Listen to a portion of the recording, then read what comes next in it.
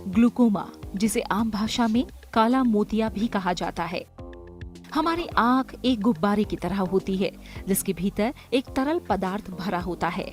आंखों का ये तरल पदार्थ लगातार आंखों के अंदर बनता रहता है और बाहर निकलता रहता है। आंखों के इस तरल पदार्थ के पैदा होने और बाहर निकलने की इस प्रक्रिया में जब कभी दिक्कत आती है तो आंखों में दबाव बढ़ जाता है। आंखों में कुछ ऑप्टिक नर्व भी होती हैं, जिनकी मदद से किसी वस्तु के बारे में संकेत दिमाग को मिलता है। आंखों पर बढ़ा दबाव इन ऑप्टिक नर्व को डैमेज करने लगता है और आंखों की रोशनी धीरे धीरे कमजोर होने लगती है।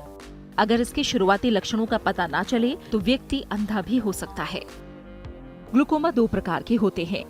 ओपन एंगल ग्लूकोमा, जब कभी आंखों के बढ़े प्रेशर के चलते आंख की ऑप्टिक नर्व खराब हो जाती है और उसके चलते नजर खराब हो जाती है तो उसे ओपन एंगल ग्लूकोमा कहा जाता है।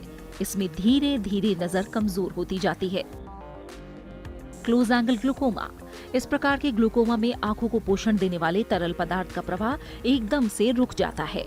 तेज सिर दर्द, आंखें लाल होना, उल्टी और चक्कर आना, धुंधलापन आने की शिकायत होने लगती है। इस समय लापरवाही बढ़ती जाए तो एंगल्स पूरी तरह से बंद हो जाते हैं। ग्लूकोमा के लक्षणों की बात करें तो ओपन एंगल ग्लूकोमा का कोई लक्षण नहीं होता, जबकि दूसरे ग्लूकोमा में चश्मे के नंबर में बार बार बदलाव आना, पूरे दिन के काम के बाद शाम को आंख में या सिर में दर्द होना, बल्ब के चारों तरफ इंद्रधनुषी रंग दिखाई देना, अंधेरे कमरे में आने पर चीजों पर फोकस करने में परेशानी होना, साइड विजन को नुकसान होना और बाकी विजन नॉर्मल रहना इसके अहम लक्षण हैं। वहीं परिवार में अगर किसी को ग्लूकोमा रहा हो तो कालिया मोतिया होने की संभावना बढ़ जाती है। ग्लूकोमा एक आनुवांशिक बीमारी है। 40 साल की उम्र के बाद इसकी आशंका ज्यादा होती है और इसीलिए 40 साल की उम्र के बाद आंखों का रेगुलर चेकअप जरूरी हो जाता है। नजर की कमजोरी की वजह से भी ग्लूकोमा हो सकता है।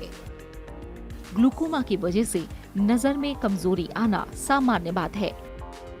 एस्थमा या आर्थराइटिस जैसे रोगों के लिए काफी लंबे समय तक स्टेरॉइड लेने पर ग्लूकोमा होने की आशंका बहुत बढ़ जाती है। कभी आंख में कोई जख्म हुआ हो या किसी तरह की सर्जरी हुई हो तो भी ग्लूकोमा की आशंका ज्यादा होती है। मायोपिया, डायबिटीज या ब्लड प्रेशर वाले रोगियों को ग्लूकोमा से नुकसान ज्यादा होता है। ग्लूकोमा बच्चों को भी हो सकता है। एक बार ग्लूकोमा का पता चल जाने पर अगर सही समय पर इलाज किया जाए तो इसके बुरे परिणामों से बचा जा सकता है। साथ ही इसके लिए खाने पीने की आदतों में भी बदलाव बहुत जरूरी है।